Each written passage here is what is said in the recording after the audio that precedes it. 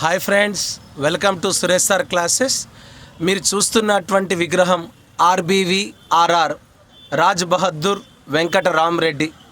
గతంలో మనకు వచ్చినటువంటి క్వశ్చన్ ఏంటంటే, హైదరాబాద్ నిజాం కాలంలో ఏకైక హిందూ కోత్వాల్ ఎవరన్నాడు. ఏకైక హిందూ కోత్వాల్ రాజ్ బహదూర్ వెంకట రామరెడ్డి. గత గ్రూప్ 2లో కూడా మనకు క్వశ్చన్ రావడం జరిగింది. కోత్వాల్ అనే పదానికి అర్థం ఏందని. కోత్వాల్ అనే పదానికి అర్థం పోలీస్ కమిషనర్. ఆనాడు 7వ నిజాం మీర్ ఉస్మాన్ అలీ ఖాన్ ప్రభుత్వ హయాంలో ఏకైక హిందూ కోత్వాల్ రాజ్ బహదూర్ వెంకట రామరెడ్డి. ఇతని పేరుపైనే ప్రస్తుతం ఆర్బీవీఆర్ఆర్ అనే సంస్థలు నడుస్తున్నాయి.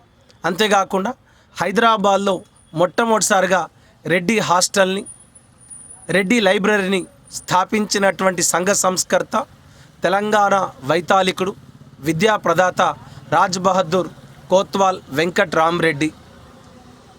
ఇతని పేరుపైనే తెలంగాణ ప్రభుత్వం తెలంగాణ స్టేట్ పోలీస్ అకాడమీని పెట్టడం జరిగింది. ఎవరికి కానిస్టేబుల్ జాబ్ వచ్చినా, ఎస్ఐ జాబ్ వచ్చినా ఖచ్చితంగా వాళ్ళు వెళ్ళాల్సినటువంటి పోలీస్ ట్రైనింగ్ సెంటర్, అంటే తెలంగాణ రాష్ట్రంలో ఎవరన్నా ఎస్ఐ అయితే అప్పట్లో అప్పాకి వెళ్ళేవాళ్ళు. అప్పా అంటే ఆంధ్రప్రదేశ్ పోలీస్ అకాడమీ.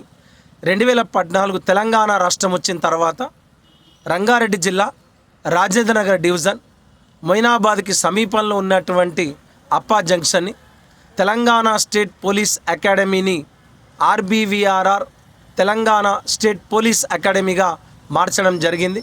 సో ఒక్కసారి విగ్రహం కనిపించింది, మీ అందరికీ చూపించాలనే ఉద్దేశంతోనే ఈ వీడియో చేయడం జరిగింది. So don't waste your time. ఎవరైతే కాంపిటేటివ్ ఎగ్జామ్స్కి ప్రిపేర్ అవుతున్నారో వాళ్ళు ఒక్కసారి ప్లే స్టోర్కి వెళ్ళండి, సురేష్ సార్ క్లాసెస్ అనే యాప్ని డౌన్లోడ్ చేసుకోండి.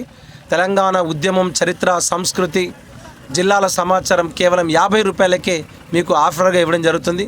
అంతేకాకుండా మన యాప్లో first time assistant professor Devanna సార్తోని ఇండియన్ హిస్టరీ క్లాసెస్ చెప్పించడం జరిగింది.